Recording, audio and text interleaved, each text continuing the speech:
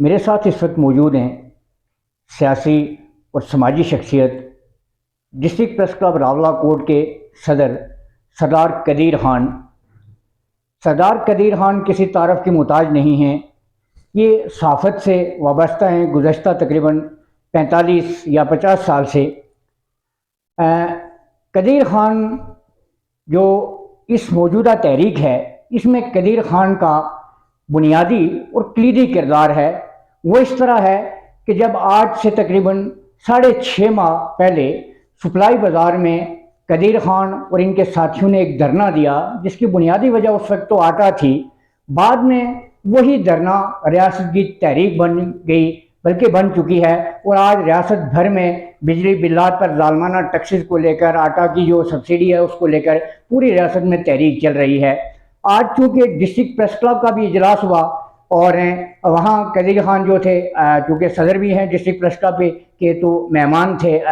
مہمان خصوصی تھے۔ تو آئیے ان دونوں موضوعات پر قدیر خان سے جاننے کی کوشش کرتے ہیں، ایک تو ڈسٹرکٹ پریس کلب کے حوالے سے، اور دوسرا جو موجودہ تحریک ہے جس کو شروع کرنے میں قدیر خان کا کلیدی کردار ہے۔ تو آئیے ان سے جانتے ہیں ان دونوں معاملات کے اوپر وہ کیا کہتے ہیں۔ جی السلام علیکم۔ وعلیکم السلام، بہت شکریہ جناب اجمل شاہین صاحب،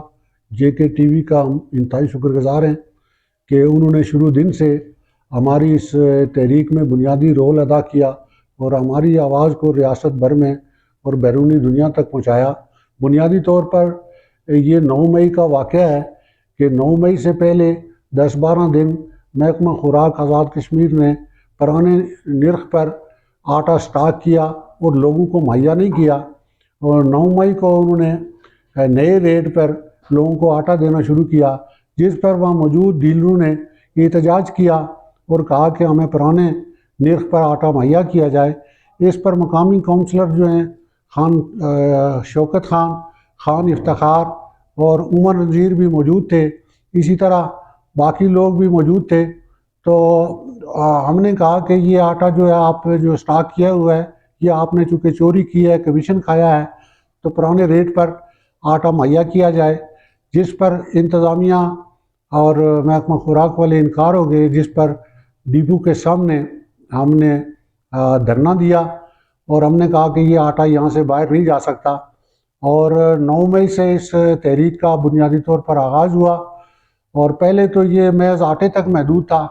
لیکن جب انتظامیہ کی سرد مہری دیکھی اور انتظامیہ نے محض دبانے کی کوشش کی، تو اس پر ہم نے پھر آٹے کی سبسڈی کے حوالے سے اور بجلی جو ہماری ریاست سے پیدا ہونے والی ہے اور ہمیں فراہم نہیں کی جاتی، اس پر بھیجا اور ظالمانہ ٹیکس لگا کر لیسکو سے جو جاری کیے جاتے ہیں بلات، ان کو بھی اس میں شامل کیا۔ اور ہم نے کہا کہ جو ریاست آزاد کشمیر کی جو حکومت ہے، وہ گزشتہ 75 سالوں سے آزاد کشمیر کے لوگوں کے لیے قانون سازی نہیں کرتی، بلکہ اپنے مفادات کے لیے، اپنی نسلوں کے مستقبل کے لیے وہ قانون سازی کرتے ہیں، اپنی پینشن اور مراد کے لیے جو ہے وہ قانون سازی کرتے ہیں۔ آج بھی اس ریاست میں 40 کے قریب وزیر ہیں، مشیر ہیں، وزیر ہیں، اور ان کے سارے جو اخراجات ہیں ان میں سے جو پیسے عوام کے لیے بچتے ہی نہیں ہیں۔ تو اس لیے ہمارا یہ موقف تھا کہ ان کی جو امرات ہیں وہ ختم کی جائیں اور لوگوں کو آٹا مہیا کیا جائے، سبسڈی فراہم کی جائے، چونکہ بھارت ظلم کے باوجود وہاں ریاستی عوام کو ساری آٹے سمیت ساری خرد و نوش کی اشیاء پر سبسڈی مہیا کرتا ہے۔ گلگت میں اسی طرح بجلی 3 روپے یونٹ ہے، اور وہاں آٹا جو ہے وہ 1016 روپے من ہے۔ اس حوالے سے ہمارا موقف تھا کہ آزاد کشمیر کے جو لوگ ہیں، جو عوام ہیں، ان کو بھی آٹے پہ اور بجلی پہ جو ہے وہ سبسڈی دی جائے۔ بجلی چونکہ ریاست سے پیدا ہوتی ہے اور اس کی جو منصوبے ہیں وہ ریاست کے کنٹرول میں دیے جائیں، اور بجلی جو ہماری ضرورت سے زیادہ ہے وہ پاکستان کو فروخت کی جائے۔ اس پر جو دھرنا تھا وہ ہمارا طویل ہوتا گیا، اور انتظامیہ جو ہے وہ ہمارے مذاق اڑایا کرتی تھی کہ آپ چند لوگ یہاں بے شک بیٹھے رہیں، ہم اپنا کام جاری رکھتے ہیں، آپ اپنا کریں۔ اس پر 1-2 چھوٹے احتجاج ہوئے، اور 21 جون کے حوالے سے ہم نے فیصلہ کیا احتجاج کا تو پورا پونچھ ڈویژن جو ہے اللہ کے فضل سے وہ جام ہوا، اور پھر انتظامیہ نے کہا کہ جی یہ کیا پونچھ کے لوگ ہی آٹا کھاتے ہیں اور بجلی استعمال کرتے ہیں، یہ میرپور اور مظفر آباد ڈویژن میں کوئی نہیں بولتا۔ تو ہم نے کہا آئندہ ہم کوشش کریں گے اللہ کے فضل سے کہ یہ آپ کی جو شکوہ ہے اس کو بھی دور کریں، اور اسی طرح 5 ستمبر کو پورے آزاد کشمیر میں شٹر ڈاؤن اور پہیہ جام کر کے لوگوں نے اس تحریک کے ساتھ تعاون کیا۔ ہم ریاستی عوام کے انتہائی شکر گزار ہیں، اور انشاءاللہ یہ جو تحریک ہے وہ جاری رہے گی، اور جب تک یہ بجلی کے منصوبہ جات ریاست جموں کشمیر کے کنٹرول میں نہیں دیے جاتے اور ریاستی عوام کو قیمت خرید پر، قیمت لاگت پر جو ہے وہ بجلی فراہم نہیں کی جاتی، اس وقت تک یہ اللہ کے فضل سے تحریک جو ہے وہ جاری اور ساری رہے گی۔ ان جو اشرافیہ ہے، جو ججیز ہیں، یہ جو بیوروکریسی ہے، یہ جو حکمران ہیں، ان کے وزراء کے اور صدر اور وزیر اعظم کی جو پینشنیں ہیں، ان کو جب تک ختم نہیں کیا جاتا اس وقت تک ہماری یہ تحریک جاری رہے گی۔ انشاءاللہ 30 تاریخ کو، 30 نومبر کو ہم نے جو آل پارٹیز نے فیصلہ کیا ہے 30 نومبر کو، اس میں بلات کو ہم جلائیں گے۔ یہ جو راولہ کوٹ سے جمع ہوئے ہیں بلات، وہ سارے راولہ کوٹ میں ہم جلائے جائیں گے۔ اور اسی طرح جو ہے وہ ڈسٹرکٹ پریس کلب، جو راولہ کوٹ میں ڈسٹرکٹ پریس کلب ہے، وہ گزشتہ 30-35 سالوں سے ایک مخصوص گروہ جو ہے اس کے قبضے میں ہے، کاروباری گروپ ہے اس کے قبضے میں ہے، اور ہمارا موقف تھا پچھلے دنوں ہم نے 6-7 ماہ پہلے ہم نے پریس فاؤنڈیشن کے سامنے احتجاجی دھرنا بھی دیا۔ اس میں چیئرمین پریس فاؤنڈیشن سے ہمارے بہت سارے معاملات طے ہوئے، لیکن اس کے باوجود ان پر عمل نہیں ہوا، اور پھر جو ہے یہاں ایک کاروباری جو گروپ ہے جس کے قبضے میں یہاں سرکاری بلڈنگ بھی غیر قانونی طریقے سے ہے، اس حوالے سے ہمارا جو اصولی موقف تھا وہ یہ تھا کہ جی غیر جانبدار پریس فاؤنڈیشن اور محکمہ اطلاعات کی طرف سے غیر جانبدار کمیٹی بنائی جائے، اور اس میں جو ہے وہ جو بھی لوگ عمل صحافی ہیں وہ اس کے ممبرشپ کے اہل ہوں۔ لیکن انہوں نے آزاد کشمیر کے راولہ کوٹ کے اندر مخصوص ایک گروپ جو ہے وہ راولہ کوٹ کی حد تک، راولہ کوٹ کی کریڈٹ لائن کی حد تک ان کو ممبرشپ جاری کی، اور اس میں اخباری مالکان بھی شامل ہیں، اس میں کاروباری لوگ بھی شامل ہیں، اس میں ملازمین بھی شامل ہیں۔ تو اس طرح سے ہمارے اصولی جو موقف تھے اس پر ان کی طرف سے کوئی رد عمل نہیں آیا، تو ہم نے آج جو اجلاس کیا ہے پریس فاؤنڈیشن کے شیڈیول کے مطابق، ہم جو ہے وہ 10 تاریخ تک ممبرشپ جو ہے وہ کریں گے، اور 20 سے پہلے انشاءاللہ کنونشن کروا کے نئی باڈی کا قیام عمل میں لائیں گے، اور یہ تحریک بھی اس وقت تک ہم جاری رکھیں گے جب تک یہ جو سرکاری بلڈنگ ہے پریس کلب کی یہ واگزار صحافیوں کے لیے نہیں ہو جاتی، اور ڈسٹرکٹ کے سارے جو صحافی ہیں ان کو یکساں طور پر اس میں نمائندگی نہیں دی جاتی، اس وقت تک انشاءاللہ یہ تحریک بھی جاری رہے گی، اور یہ بھی جاری رہے گی عوامی حقوق کے حوالے سے جو جدوجہد ہے وہ بھی جاری رہے گی، اور اس وقت تک جاری رہے گی جب تک ان بیوروکریسی حکمران ججیز کی عیاشیاں ختم نہیں ہوتی، ان کی مراعات ختم نہیں ہوتی، اس وقت تک یہ تحریک جاری رہے گی۔ عوام کو آٹا جو ہے وہ سبسڈی کی تحت دیا جائے، اور بجلی کے جو بلات ہیں ان میں سے ظالمانہ جو ٹیکسیز ہیں ان کا خاتمہ کیا جائے، اور پیداواری لاگت پر ان آزاد کشمیر کے لوگوں کو بجلی بلا تخصیص فراہم کی جائے۔ اس وقت تک انشاءاللہ اس تحریک کو جاری اور ساری رکھیں گے۔ آزاد کشمیر میں جوائنٹ ایکشن کمیٹی 16 اگست کو بن گئی تھی، اس میں سارے اضلاع سے 3 لوگ شامل ہیں، وہ مرکزی کمیٹی ہے، اور ہم اس کے پابند ہیں، جو بھی وہ فیصلہ کرتی ہے ہم اس کو من و عن قبول کرنے کے لیے تیار ہیں اور اس کی پشت پر کھڑے ہیں۔ اسی طرح آزاد کشمیر میں راولہ کوٹ کی سطح پر جلدی ہم پولیٹیکل پارٹیز کا اجلاس طلب کر کے ایک ایکشن کمیٹی کا قیام عمل میں لائیں گے، کیونکہ اس سے پہلے ہمیں 5-6 مہینے موقع نہیں مل سکا۔ اس تحریک کو پھیلانے کے لیے ہمیں بڑی جدوجہد کرنی پڑی، اور اللہ کے فضل سے آج تاؤ وٹ سے لے کر چھم تک یہ